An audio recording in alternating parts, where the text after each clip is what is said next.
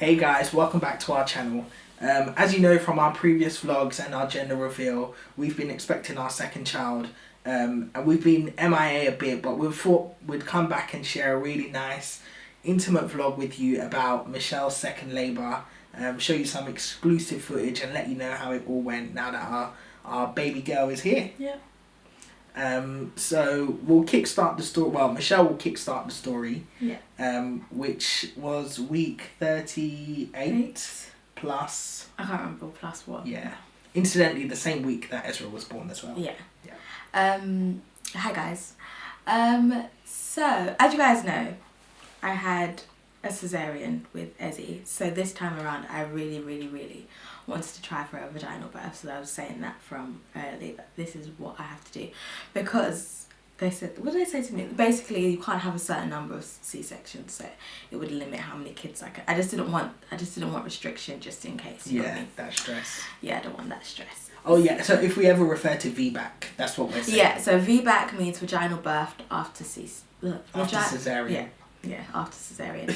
Oh, and for all the mothers that are watching, just so you know, there's going to be another version of this video on my Woman Meets Motherhood channel. So please hit that up, where I'll do more like tips and stuff for vaginal birth and have more detail around that. But for this one, this is just literally just going to be the labour story.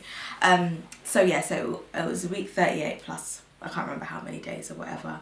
But yeah, it was I think it was the Friday. And at 1 o'clock in the morning, I started having contractions, but they weren't like intense, but I just knew that they were contractions. So it was at 1 a.m, so I couldn't really sleep. And then I think as the day went on, it was still going on. I think in the morning, I think this is like 11, we said, okay, let's go for a walk. Yeah. So we like took Ezzy, went with the pushchair, went for a walk. We went to Costa. Yeah. I was meant to be fasting, but yeah, I bought the fast with the caramel shortbread. Yeah. And the latte. Yeah, because I think as he was also in labour, I don't know. So yeah, we walked like from our house. We walked like it was like a 20-minute walk. Did a 20-minute walk, and then so we spoke to Amit's sister. Yeah. And told her what was happening, and she was like, okay, maybe you guys should just call the hospital, because it was coming up to like 12 hours soon that I was still having these contractions. Like, maybe call the hospital and see what they say, like whether you should come in and just check it out, just in case. Because my fear was going to the hospital too early and being told that I have to turn away, or it being like false labour contractions. I just didn't want that. So we came home. We got my cousin to come and watch Ezzy for us. They called the hospital and they were like, yeah, just come in and we'll check you. So we got to hospital around 4:30, maybe 5. Yeah. So we got to the hospital, a doctor came. So basically they put me on the monitor to check my contraction and stuff, so they could see that I was having regular contractions. And then the doctor came to check me, which was not really pleasant, to be honest, the way he was there and stuff. But yeah, basically he was like to me, oh yeah, you're 1 centimetre dilated. I was like, oh my god, that means I am actually moving along, I'm in labour. So then whilst he was up there, he was like, oh, I can do a sweep right now. So he like swept my vagina, which is, it basically is supposed to like, I guess, kickstart labour properly. Yeah, get the hormones going. That's enough. Guess who just had a sweep? What did it feel like? It's horrendous. Horrendous? Yes, absolutely horrendous. Like someone having a rummage. He was having a rummage. He's literally going like this inside my JJ. But basically, because her movements had been reduced, and also because they wanted to monitor me because of my previous C-section scar, they're like, they're going to admit me and then just keep monitoring me. So I stayed in that night. We took a trip to get a kebab because Amit thought that would help. Thought something spicy, you know, to help the motion, but it didn't really help. It didn't help. So we did that, and then I came back. I don't know what time you left. I think it was something like 12. Yeah, so Amit left, and then I was there. And I think then at like 4 a.m, my mucus plug went. Yes, I went from 12 to 4 to have a quick, it was a tactical nap, yeah? Let's not... Yeah, because he thought that if I do go into labour, like, he wants to be well rested, because we learnt our lesson from last time. Yeah. So very tactical. Yeah, by this time, Ezzy's at my mum's house. Yeah. So yeah, he was saying my mum. At like 4 o'clock my mucus plug went, so I thought, okay, maybe something's happening now. And then in the morning I woke up and then there was like no contractions. So we went for another walk, like I did some bouncing on the ball, and it was just like... We tried everything. Yeah, literally, it was as in I would have contractions, but it was just like, it wasn't regular anymore, it was just random. And then the consultants came to see me, and they were basically like, because they're worried about her heart rate and all of this stuff, they were like, okay, they're going to break my waters for me, and then we'll try and get things moving, blah, blah, blah. Yeah.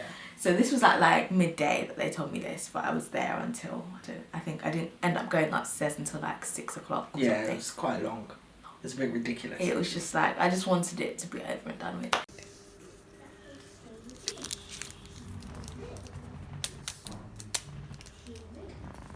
You looking forward to lunch, mummy? Got the chicken and the stews. Yeah?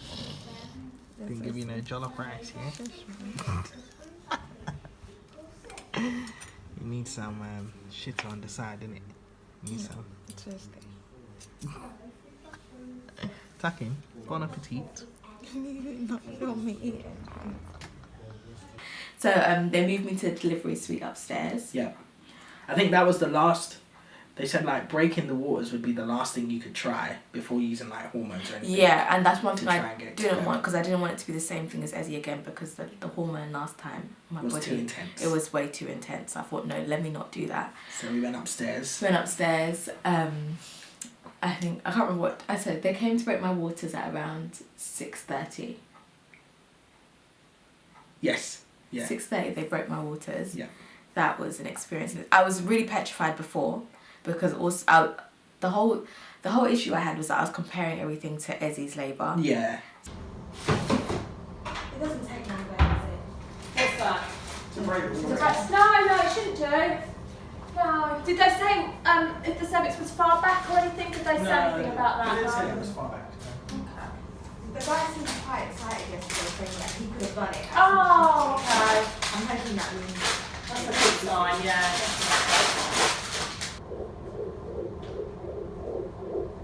So what I'm going to do first is just examine you, just so I know for myself how the cervix is, alright?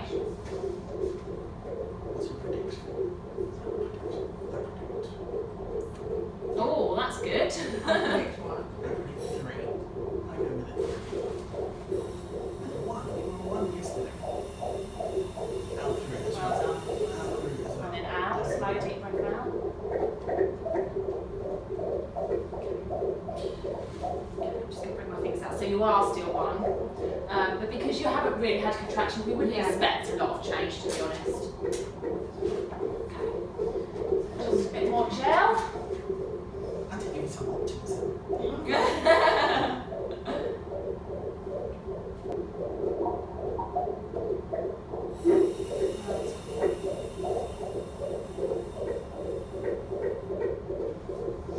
Just going to come out with my fingers just for a minute. So I can do it really well. Just going to wipe a little bit of the gel off just so I can make my fingers a bit too slippery. Okay. Take the gas out for a minute. Take the gas out, that's it. Breathe some normal air for a minute. It's good stuff, isn't it?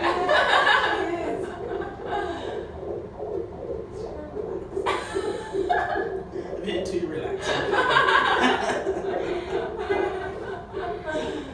Right, I'm going to carry on. Take the gas out unless you need it. Use it if you need it, obviously, but just breathe normal air for a minute, alright?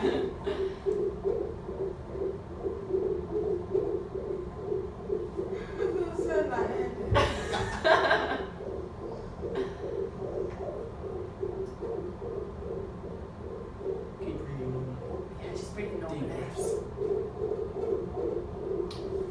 I don't know if you can with that hand. Can you make a fist with that hand as well, or is it sore with the cannula? Sore. Okay, fine. Don't worry. I don't know if baby's moved since I just examined you, but I can't quite reach the cervix now.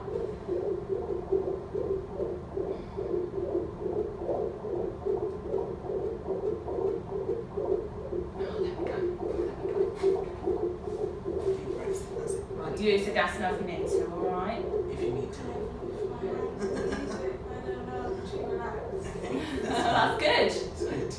You don't need it more. It's okay. I'm going to come out, I'm going to ask one of the other midwives if you don't mind, just because the cervix is a little way back, and I keep kind of getting my finger in and then it kind of slips away, so I don't want to poke around too much. There we go. Okay. Well done, you've done really well there. Right, yeah, that was very tricky, so well done. It was just trying to get me and Andy in the right place. First, we just want to get tucked over to the side.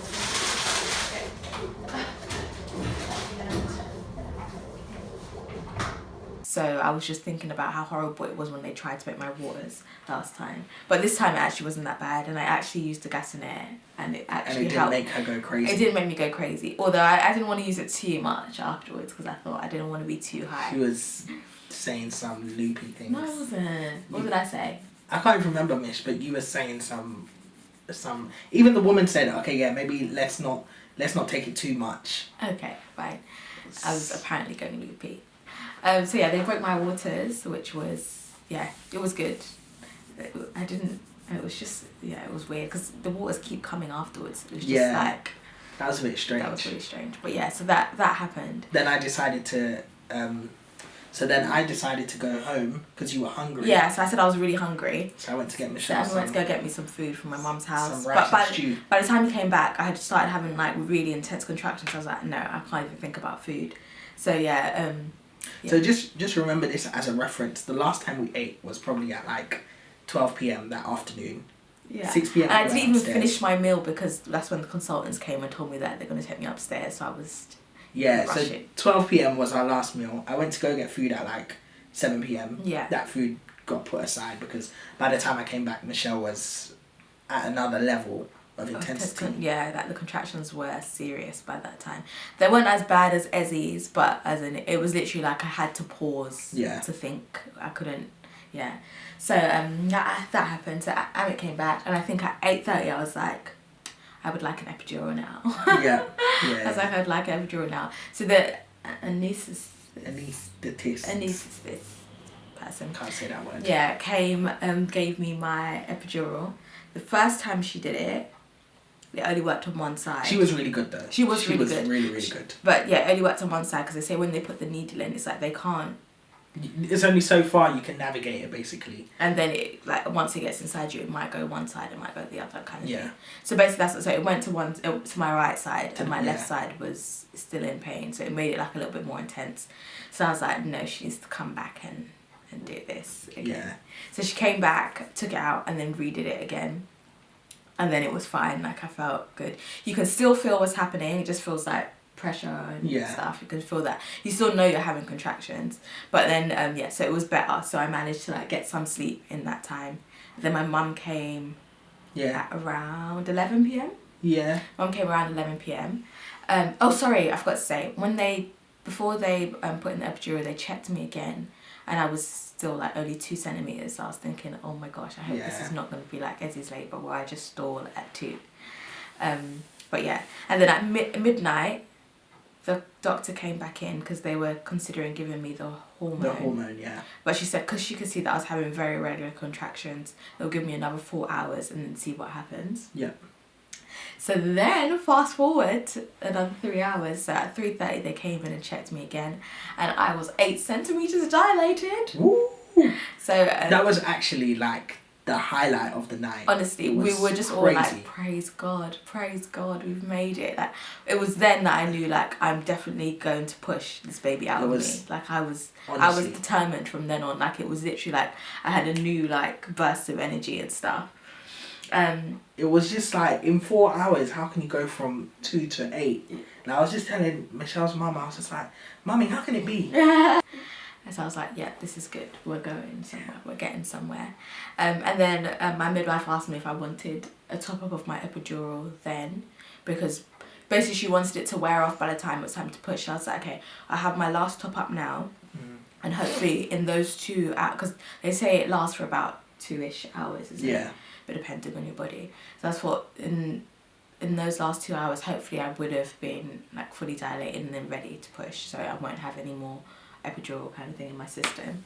So yeah, that's what happened. And then 5:30 she checked me again, and that's when she checked me. She was like, "Yeah, you're fully dilated." And I was literally like, I can't believe it. It was crazy. I can't it was believe absolutely it. crazy. Like literally, when I say in the room, it was literally like we were just all so over the moon, like so happy. Yeah, so I didn't have any more of the, by that time, yeah, the epidural had started wearing off, so I could start to feel my contractions. Yeah. So I didn't have any more of the epidural because she was like, she wants to wait an hour just to make sure it's fully worn off, and then I can start pushing. So she's like, yeah, we'll start pushing at 6:30. Yeah. So I think it was like 6:15. I started to feel like a lot of pressure down there. She was like, okay, so let's do some practice pushes. I didn't really know what I was doing, to be honest. She was like, push from your bum, but I just don't know. But yeah, so then 6:30 came, and that's when the real business started. Yeah. And it was literally like I was sitting with my legs up and trying to put, and it was on my left side. My mum was like standing in front, and they were both like, we can see the head, push, push, push. So we tried that for some, I don't know how long, we were pushing basically. And some of them I was doing right, some of them I was doing wrong. I didn't really know, like, Yeah. I was just trying everything basically. And I think it got to a point where the woman was like, okay, let's just take a break. And I was like, She said like a 20-minute break, not even like a 2-minute break. I was like, no, A 20-minute because if I'm break. taking a 20-minute break, I'm gonna feel every contraction that is coming to my body. So I was like, because when I was pushing, I couldn't really feel the contraction. I was just focusing more on pushing. So I was like, no, I need to continue. She's like, yeah, but if you're not progressing, there's no point in like pushing for no reason. When she said that, literally, that next push, that next contraction, I pushed and her head came out. Like, it was literally like crazy. True. And then that same contraction, I think it was like 2 seconds later, I pushed again and then her body came out. Yeah. And it was literally like, surreal. Like, oh my God. It felt so surreal. And it cried in this labour. Yeah, it's weird. I didn't cry in the first one. Didn't cry in Ezra's, but I cried in this one. But I think it's because when you give birth, like vaginally, you endure like the whole process of labour. So it's like, it's like it's not a challenge, but it's like a journey. Yeah. So you're there every step of the way from like 1 centimetre to 10 centimetres. And when it actually happened, you're so overjoyed, like overwhelmed. And especially because Michelle so badly wanted a VBAC. Yeah. Especially because, it was something you really wanted. So the fact that it actually happened was just like, what a relief. Yeah. But it wasn't even like a cry of like, oh my God, my daughter. It was just like a, oh my God, it actually happened. Like we did it. Like we did it. Yeah. It was, honestly, it was the best feeling ever. And beautiful. then afterwards, like all my, like the doctors that I'd seen, like during my pregnancy and stuff, all my consultants and stuff, like literally everyone came in was like, oh my gosh, you did it, like well done. And it was literally like afterwards I was like, can you just check, make sure I haven't ruptured? They're like, no, you're fine, you haven't. It was literally like the best news ever. Yeah. Like for me it was just, because that was one thing that I was just so worried about, because they kept telling me, because it hasn't been long since your last C-section, that you never know what could happen. So in the back of my mind, I was always thinking there's a possibility that they could just decide no, they need to cut me open. But honestly, I thank God. It was so good. It was really, really good. It was really exhausting though, I'm not gonna lie. Like now I feel like I understand the mindset of when people come out of labour and are like, no, I'm not gonna have kids. Michelle told me immediately that if I'm happy with 2, we're not having any more. Because it's so tiring on your body. It's literally just like, you, in that moment you're thinking, I can't go through this again. Yeah. I can't do it. It's not necessarily, for me, it wasn't necessarily about pain. It was just extreme exhaustion. Like, I literally could not lift any of my limbs myself afterwards. But again, like, so how we were saying that Michelle hadn't eaten, so we hadn't eaten from 12 p.m. the previous day till 7 a.m. when Daria was born. Yeah. So that was like, what, 18 hours. Mm-hmm. So that's an incredibly large amount of time, especially like the amount of contractions you were going through and stuff. So it was really, really intense. It was intense, it was crazy, but it was so worth it. Yeah, it was really good. It was really good to see. It was nice to see how happy Michelle was, because like we knew how much she wanted to do it. Like she really, really wanted to do it. So that was really nice. And the other thing, which was even more crazy, which we haven't really mentioned, was, so my mum and my sister were in India during the time that Michelle was in labour. So all throughout the last like 6 or 8 weeks they'd been in India. So I didn't tell them because I didn't want them to keep messaging me and being like, oh, give us an update, how's it going? You know, is the baby here yet? So I thought, you know what, let me just wait until the baby's here and then I'll message them. So I was speaking to my sister in America, updating her, telling her what was going on, keeping her posted, and like she was telling us, yeah, you know, like she was giving us advice. So that was really helpful, but it was like so nice to see my mum's reaction when I just, you know, called her on WhatsApp on a video call to show her the baby, and she was just like, oh my god, I can't believe it, like she's here. It was just surreal. Like the way it all just planned out was absolutely surreal. It was really, really nice. I don't know, I think I felt so much more emotional after this labour. Yeah. I think it's just because I feel like I had to work a lot harder for it. Yeah. Whereas the last time I just felt like I didn't get, like I kept saying, like I didn't experience much. Like it was literally, I got to 2 centimetres and then they took you they in, took me away. And that's the thing, once they take you in, you're just, it's almost like you're just sat there. I mean, well, Michelle's lying and Michelle's lying there, I'm sat there, and they do all the work and you're just looking at each other, telling each other that it'll be fine. Whereas when it's like you're in labour and you're trying to like deal with contractions, you're both actively trying to manage, you know, I'm trying to manage her pain, even though I can't feel it. But he was very good in labour. Him and my mum were the best. Michelle's mum was really good. Partners. So really good. It was just so calm in the room, like just really calm, and there was just no, like we didn't talk. Like we didn't talk a lot. No. We didn't say much. It was just literally. It was good. It was just peaceful, really peaceful. There were some songs playing in the background, and I sang 1 or 2, and but when Michelle he tried to sing, I had to tell him no. Fast. Michelle was like, no. She was on the gas in there, and she was like, and I was like, okay, that's a don't sing. Don't let Amit sing. But yeah, no, it was amazing. It was absolutely really amazing. It was absolutely really amazing. So yeah, that's my labour story. Yeah. Sorry, we actually did film my pushing, but Amit's phone ran out of storage. Memory. Yeah. Sorry about that. iPhone Live. It's not the one. So unfortunately we didn't get that because I really did want, because like we had like the whole when she came out and stuff, but yeah. But yeah, there is some footage of like us in the delivery suite, like literally probably about 20 minutes before Zaria was born. Yeah. So like literally the very, very last stages. Yeah. But we wanted to record it, but we couldn't. But maybe baby number 3 in a few years' time. Yeah. Don't worry, it's not gonna be next year. I will not be doing another reveal that I'm pregnant. No, it's not gonna happen for a while now. We're gonna go and enjoy our family of 4. Our family of 4 now, yeah. Oh, and Ezra really loves his sister. Like they're so cute together. So yeah, it's really good. Although he doesn't quite understand the art of being gentle. Yeah. So just quite yet. Sometimes he just tries to like drag her, but he doesn't understand that. You can't do that. Yeah. But yeah, so that's my labour story. For more of like the technical details, I'll say go to the Woman Meets Motherhood page for like all the intricacies of labour and the after parts and all of that. But for now, this is just the soft story with a bit of footage. Yeah.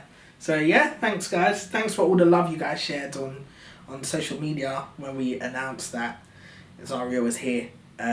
We really appreciate it. Everyone who's subscribed to us and still keeps in contact through Facebook, through Instagram and stuff, we really appreciate it. It means a lot. So yeah, we'll try and, you know, give you as much footage as possible this year. So stay tuned. But as for now, thanks a lot guys. Don't forget to comment, like and subscribe. Peace.